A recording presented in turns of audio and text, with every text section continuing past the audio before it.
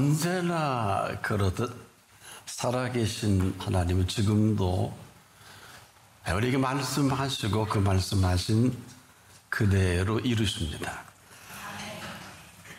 우리가 살아가는 이 모든 상황 중에 상황을 이렇게 펼쳐 가십니다.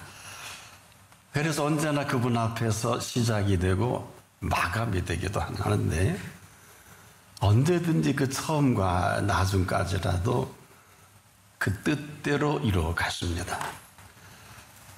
이 말은 우리가 알고 있는 이 모든 상황을 먼저 아시고 주도하시고 그 결과까지도 아시는 분이십니다.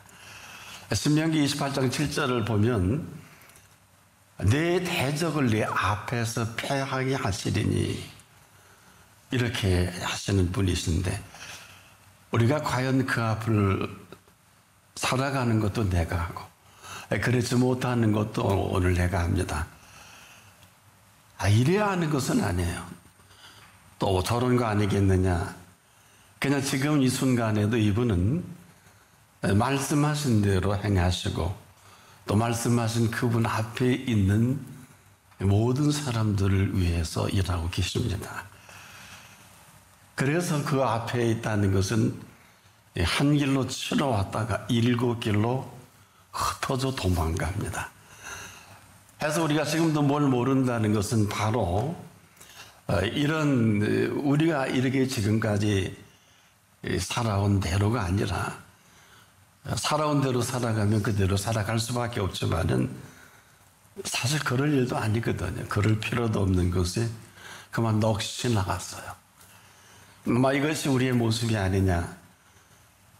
안타깝게도 지금 여전히 구하는 이마다 얻을 것이요 하신 분은 없어요.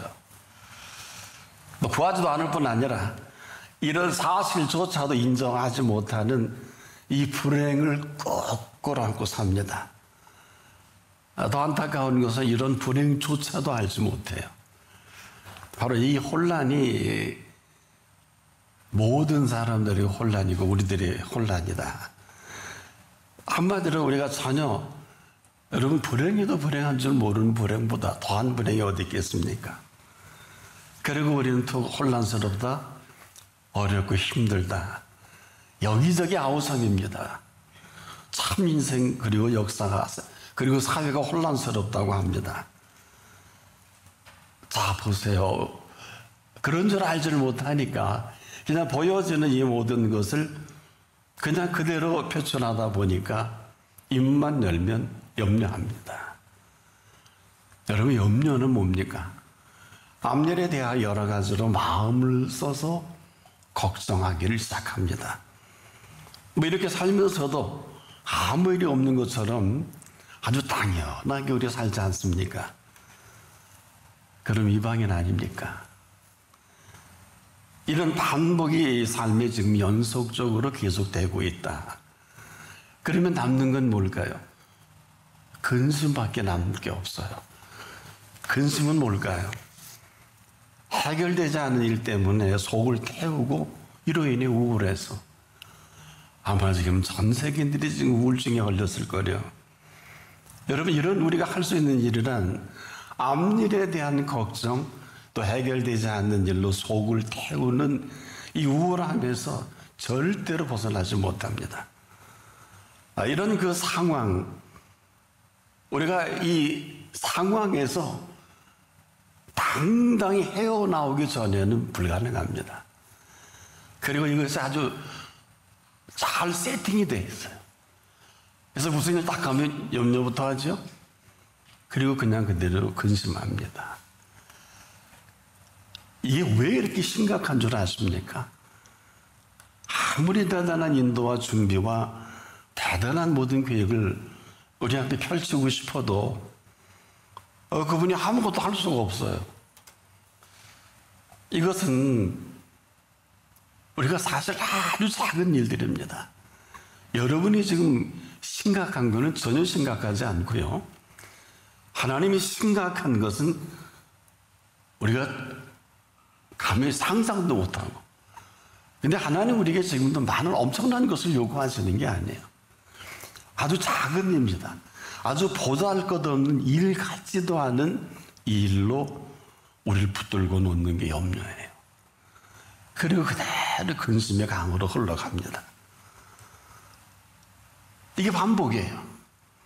그러니까 우리가 하나님 앞에 무슨 엄청난 무슨 문제가 있는 것이 아니라 아주 작은 일로 인해 하수구가 꽉 막혀서 아무리 물을 흘러내리고 싶어도 흘러내릴 수 없는, 더 심각한 것은 이런 사람에게는 아무리 해줘도 해준 줄 몰라요. 절대 이것밖에 없지 이만큼 해주신 분을 상상도 못합니다. 그리고 그냥 현실에 휘둘립니다. 그리고 그냥 앞일에 대하여 여러 가지로 마음을 써서 아들 걱정, 내 걱정, 남편 걱정, 부인 걱정, 부모 걱정합니다. 여러분 그 대책이 뭘까요? 근심이거든요. 이 근심, 지금도 여전히 우리는 해결되지 않는 각자의 그 일로 인해 속을 태우고 우울하지 않습니까? 여기서 절대 못 벗어날 겁니다. 제가 예언을 할게요. 그런데 이 원인은 아주 작아요. 보이지도 않을 정도로 오죽하면 이 안타까움 때문에 겨자씨 하나만한 믿음이 있다면 이 표현을 그래서 하신 거예요. 우리는 아주 작은 보이지 않게 수면 나를 꽉 짓누르는 염려 그리고 근심이 전부입니다. 그래서 사나오던 대로 사는 게 훨씬 편해요. 하던 대로 말하고 생각하고 보고 듣고 그게 훨씬 편합니다. 평안은 관계없어요. 어떻게 여기서 믿음을 얘기할 수 있을까요? 이것은 여러분 우리가 흔히 그런 얘기를 많이 하죠. 그래도 현실에 맞게 살아야 되지 않느냐. 그렇습니까? 현실에 맞게 살아간다는 것은 그냥 이방인과 꼭 같습니다. 아니, 내가 지금 그분을 만나기 전에 살아왔던 현실이 아주 잘 부합합니다. 이런 사람에게 뭐 가르쳐 줄 필요도 없고 또 뭘 알아야 할 필요도 없어요. 이런 사람들 하나같이 자기 하고 싶은 대로 살고 가고 싶은 대로 가고 그냥 갑니다.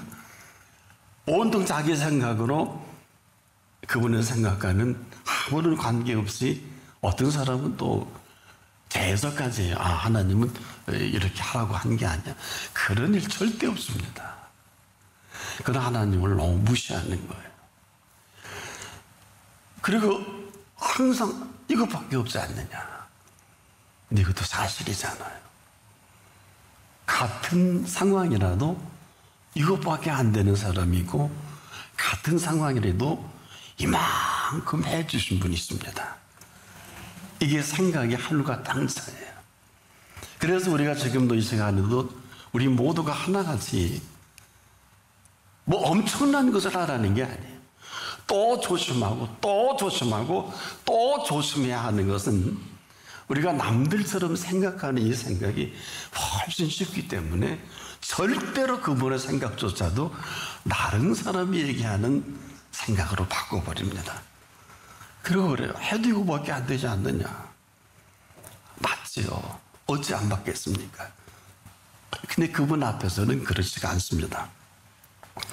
이것밖에 없는 것도 맞지만은 잘 들으십시오. 그런 나를 이만큼 살리시고 살게 하셨고 살아가게 하신 사실입니다. 그래서 있는 대로 산다는 것, 이건 믿음과 아무런 관계가 없어요. 있게 하신 분 앞에서 살아가게 하시는 분이십니다. 잘 들어보세요. 언제나 그렇듯 이 세상은 모진 풍파가 하루도 떠날 날이 없어요. 그러나 그 풍랑 사이에 그 위를 걸어오시는 반드시 그분을 볼 수 있어야 합니다. 시간은 무려 제자들도 해질녘부터 밤 사경이니까 13시간 사투를 벌입니다. 근데 그 밤 사경 깊은 밤에 그 풍랑 사이를 걸어오시는 예수님이에요. 이제 지쳐 죽을 것 같은 제자들을 사실을 먼저 하셨어요.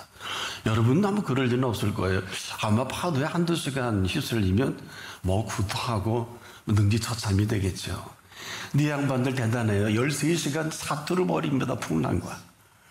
아마 능지처참이 됐겠죠. 근데 당신이 먼저 이제는 죽을 것 같은 걸 하시고 찾아오시는 시간이기도 합니다. 그 사이를 걸어서 풍랑 사이에 이게 무슨 의미일까요? 여러분, 인생의 풍랑이라는 것은 여기 한 번 한 번마다 다 다릅니다. 그러나 이 모든 풍랑은 시제가 언제일까요? 지금입니다. 내일도 다음도 아니고 바로 지금입니다.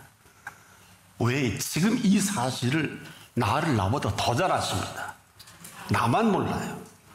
내가 보기엔 죽을 것 같습니다. 끝날 것 같습니다. 그러면서 우리는 스스로 위로까지 해요. 에이, 설마, 그럴 리가 있겠냐? 그렇지는 않을 거야. 이건 내 생각이에요. 이 모든 풍랑 사이에서 예수님의 생각은 뭘까요? 그 일로 인해서 제자들이 풍랑 사이를 아무리 걸어도 예수를 유령이라고 보니 어떻게 하면 좋습니까? 다행히 그 음성을 들려주셔서 딱 한 사람 들었기에 망정. 지금도 마찬가지. 아마 이 가운데 오셔서도 아마 그 음성을 들을 수 있는 분은 한두 분이 아닐까. 근데 그 음성은 틀림없습니다. 근데 이것이 꽉 막힌 하수구처럼 막고 놓지 않는 게 염려와 근심이에요. 지금도 마찬가지입니다. 이것이 뚫어서 담비가 온다는 게 뭘까요? 아무리 담비가 엄청나게 와도 이 하수가 막히면 홍수가 돼요. 그래서 손수답을 만들고 흘러내릴 배수구가 필요한 것은 우리 인생의 이 모든 걸 꽉 틀어막고 있는 게 염려와 근심이에요. 그러나 아무리 엄청난 담비도 하수구가 막히면 감당할 수가 없습니다. 그대로 얼마 전에 스페인에서는 8시간의 이 비가 10만 대의 차량을 그냥 가장 낮은 지역의 마을로 산더미 이룬 것을 보신 거 있습니다. 여러분 보셨을 것입니다. 그런 겁니다. 어떻게 할 거예요? 몇 년 모아서 한 대 샀는데 이게 10만 대가 그냥 쌓였으니 이거 어디다 하소연합니까? 아무것도 아닙니다. 아무것도 할 수도 없어요. 지금 우리가 그렇습니다. 사실 우리가 이런 것을 정확하게 아는 분이 여기 얼마나 될까요? 이 얘기는 은혜와 진리가 아무리 대단해도 은혜와 진리가 막혀버리면 아무리 어마어마한 은혜도 은혜다울 수 없어요. 아무리 진리가 진리다워도 진리다울 수 없습니다. 몰라서가 아니에요. 여러분 은혜 모르는 분 없고 진리를 모르는 분은 아마 로마서 8장 32절에 진리를 할지니 진리가 너희를 자유케 하리라. 아마 이것을 암송하는 분도 있을 것입니다. 아무 소용이 없어요. 무슨 얘기냐? 지금까지 그분 앞에서 받은 것이 겨자씨만 있다 하면 아무리 작은 것이라도 받은 사실이 사실이면 이것이 은혜가 될 때 어마어마한 힘을 나타냅니다. 그래서 여러분이 맛본 은혜는 다 다릅니다. 깊이와 넓이와 높이가 다 달라요. 이 시간이라도 이 은혜가 은혜되는 이 폭발력은 이 세상을 다 삼킵니다. 이것을 은혜가 은혜되는 은혜다. 그래서 여러분 한량없는 은혜가 뭘까요? 십자가의 피값이면 족합니다. 이 피값은 온 천하를 다 주어도 바꿀 수 없는 피값입니다.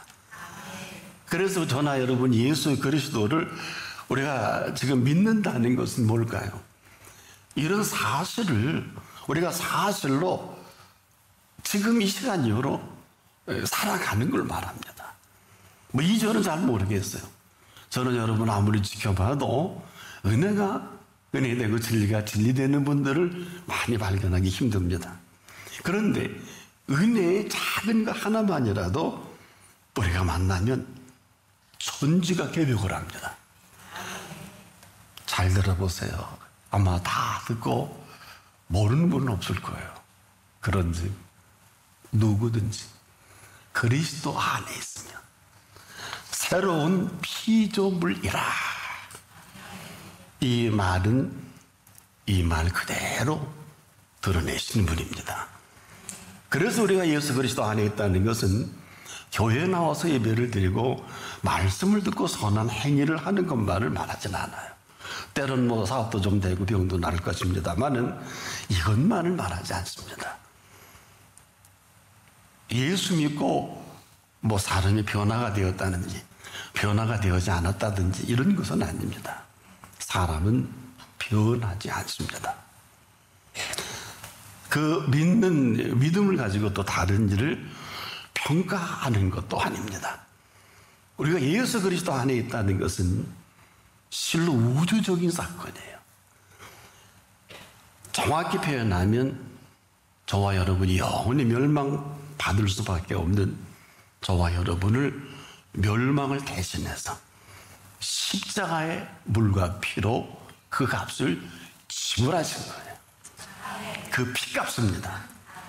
조건이 이 사실을 사실이 되어서 이 사실의 피값으로 살아갈 거냐 그렇지 않을 것인가는 각자의 몫입니다.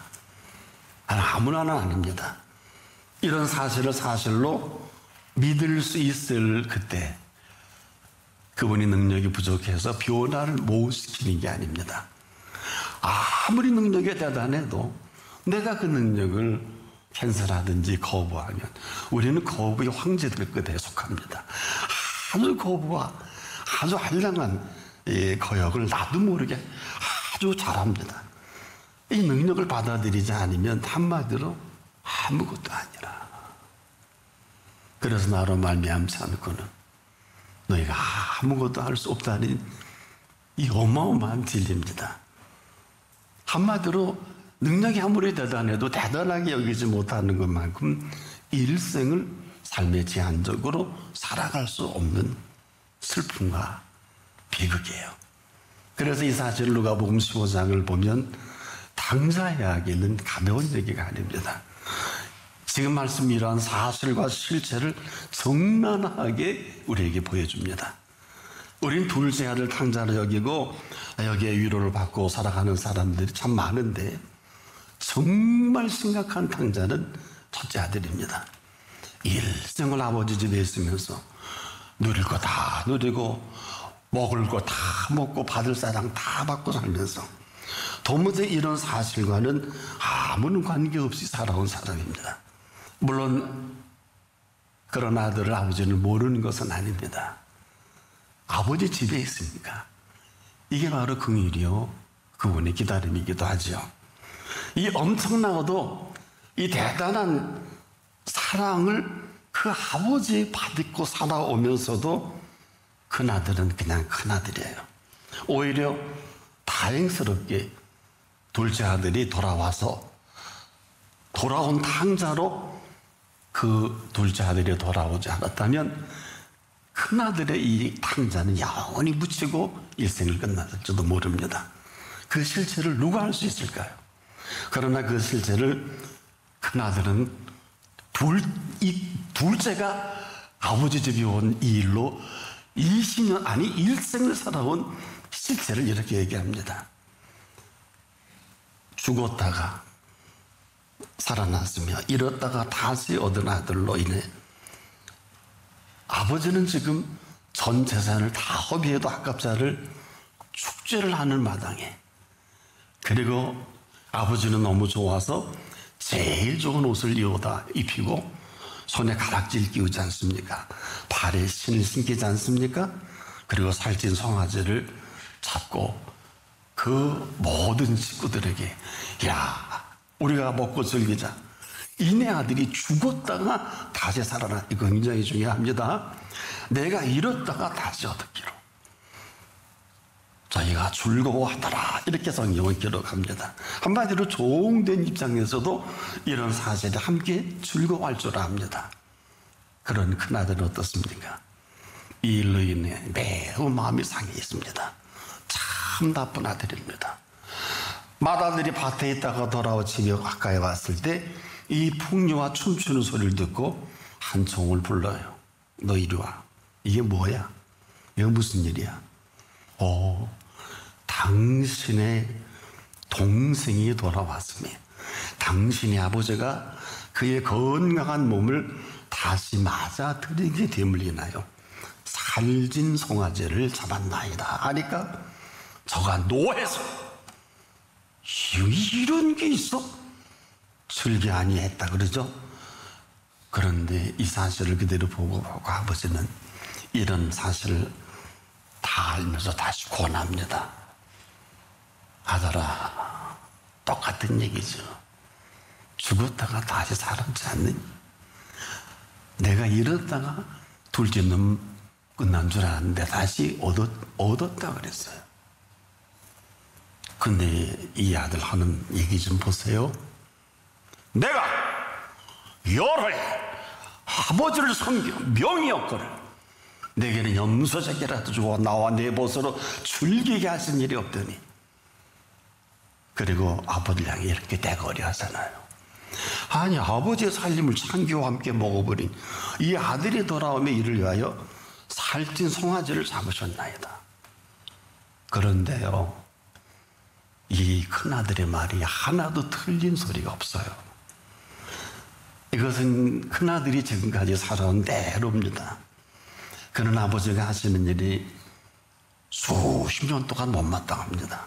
한두 가지가 아닌데 대표적인 것이 드러난 것입니다. 이 양반 일생 아버지의 사랑과 배려가 지금까지 누릴 거 다 누리고 좋은 거 먹을 거 다 먹고 아버지의 풍요만큼이나 아마 잘 산 큰아들이 아니냐. 일생 그 덕에 살아온 큰아들인데 그런 아들이 아닙니다. 왜?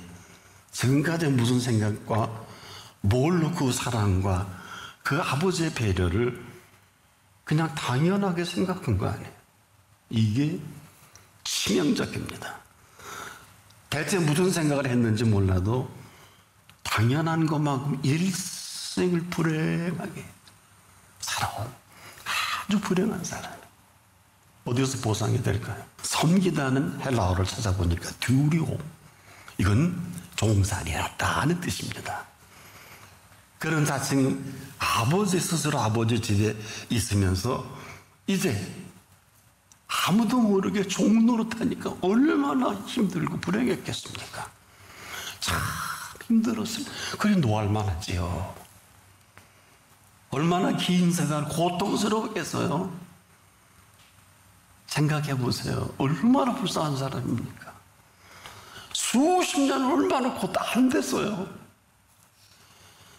자, 잘 들으십시오. 아버지 집에는 아들만이지 종은 없어요. 아버지가 부리는 종은 따로 있습니다. 이건 아버지 집에 있는 사람이 아니에요. 그냥 종이에요. 우리가 아버지 집이라고 하지만은 수많은 사람들이 아버지 집에서 종 노릇하는 이 비극과 이 불행을 누가 보상해 줄까요? 비극도 이런 비극이 없는 큰아들처럼 살 수밖에 없어요. 또 다른 하나는 내게 염소 새끼라도 주어 내 벗으로 즐기게 하신 일이 없더니 합니다. 지금까지 나쁜 아버지로 만든 큰아들이에요. 스스로 아버지를 악한 아버지, 나쁜 아버지로, 참 나쁜 아들이에요. 수많은 그리스도인들의 아버지 집에서 이런 엉뚱한 생각으로 한량없는 아버지의 사랑과 배려를 오해와 곡해합니다. 은혜와 진리를 아십니까? 은혜와 진리는 오직 아버지에게만 있습니다. 은혜와 진리는 아버지에게만 있는 사랑의 두 기둥이에요. 아버지는 그 사랑으로 베푸시는 은혜가 있습니다. 이 큰아들은 이 사랑 거부죄예요. 이 은혜마저 삼켜버린 종살이로 일생을 섬겨야 된다고 살았던 율법에 전통합니다. 다른 하나는 뭘까요? 아버지의 사랑으로 나타내 보여주신 진리가 있습니다. 왜 그러냐? 아무리 형편없는 이 둘째 아들 당자라도, 또 아무리 반칙하고 뭘 모르는 큰아들 가지라도 아버지는요, 그 은혜와 진리에 있은 사랑으로 이렇게 대단원의 막을 내리십니다. 들어보세요. 예, 너는 항상 나와 함께 있으니 내 것이 다 내 것이로되. 이런 은혜입니다. 또 내 동생은 죽었다가 살았으며 잃었다가 얻었기로 우리가 즐거워하고 기뻐하는 것이 마땅한 진리입니다. 대단한 아버지십니다. 그야말로 은혜와 진리가 충만한 아버지십니다. 부디 당신들 한 분 한 분 생에 은혜가 은혜답고 진리가 진리답다면 이후로 아무도 가르쳐주지 않습니다. 오늘 주제에 조사가 대단히 중요합니다. 인생은 은혜와 진리로 사는 게 아니에요. 인생은 은혜와 진리가 오직 전인격적이요 전인적으로 우리 삶의 모든 것이 되셔서 아버지께서 영원토록 충만한 은혜와 진리를 일생 잊지 않기를 바라서 그 나라까지 이어가기를 축복합니다.